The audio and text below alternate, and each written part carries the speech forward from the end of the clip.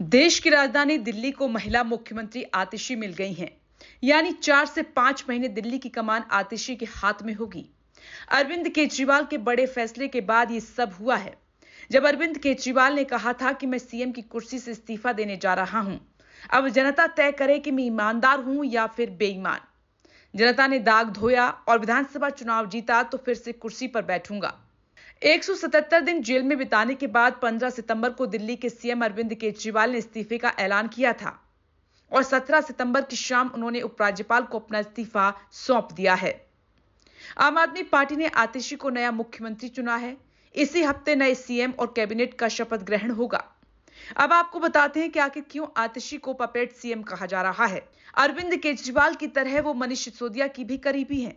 आतिशी ने सिसोदिया की सलाहकार के रूप में भी काम किया और उनकी गैर मौजूदगी में शिक्षा मंत्रालय का भी काम संभाला। बुरे वक्त में ताकतवर मंत्रालयों का पोर्टफोलियो संभाला। अरविंद केजरीवाल और मनीष सिसोदिया के जेल जाने के बाद आतिशी ने दिल्ली सरकार के सबसे ताकतवर मंत्रालयों की कमान संभाली।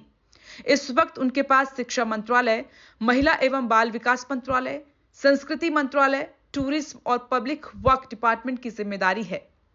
आम आदमी पार्टी की अनुभवी नेता हैं। आतिशी 2013 के विधानसभा चुनाव के लिए पार्टी की घोषणा पत्र मसौदा समिति की प्रमुख सदस्य थी।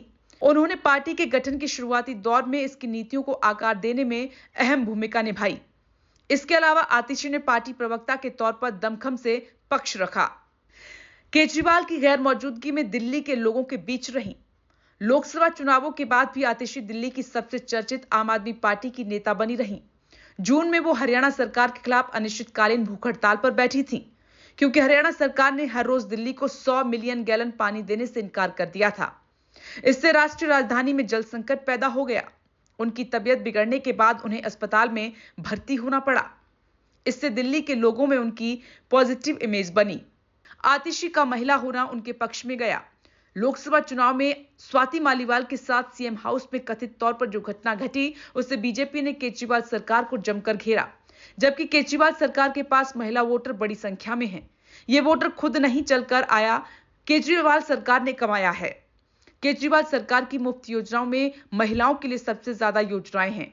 1000 रुपए महिलाओं को देने का वादा भी अधूरा है, लेकिन लोकसभा चुनाव की सबसे चर्चित योजना थी। ऐसे में आम आदमी पार्टी को महिला विरोधी होने का टैग हटाना था। आतिशी के नाम की घोषणा से हमलावर विपक्ष और महिला वोटर के सामने वो खुद पर लगे इस दाग को बेबुनियाद बता पाएंगे। तो ये सब वजह हैं, इसीलिए आतिशी को अरविंद केजरीवाल की पपेट कहा जा रहा है। यानी कि जैसा अरविंद केजरीवाल कहेंगे वैसा आतिशी करेंगी। क्योंकि अमूमन ऐसा होता है कि अगर कोई मुख्यमंत्री किसी भी वजह से अपने से ज्यादा मजबूत या कोई ऐसा नेता जो भरोसेमंद ना हो, अगर उसको मुख्यमंत्री बना दे या अपने पद पर बैठा दे, तो वो उसके लिए घातक साबित हो सकता है। Bureau report, India truth.